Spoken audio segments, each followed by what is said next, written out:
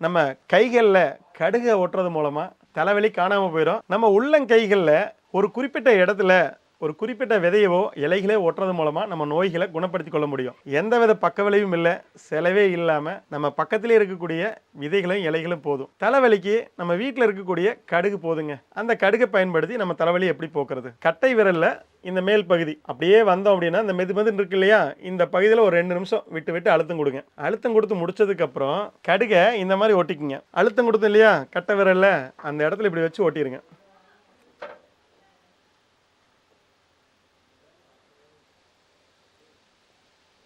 இப்படி வச்சு ஒட்டிடுங்க. ஒட்டினதுக்கு அப்புறம் பாருங்க அப்படியே கொஞ்சம் கொஞ்சமா தலைவலி கம்மியாகி முழுமையா காணாம போயிடும். எவ்வளவு நேரம் இதை ஒட்டியிருக்கலாம்? அதிகபட்சம் 3லேருந்து 4 மணி நேரம் வரைக்கும் நம்ம ஒட்டியிருக்கலாம். ஆனால் அவ்வளோ நேரம் தேவைப்படாதுங்க.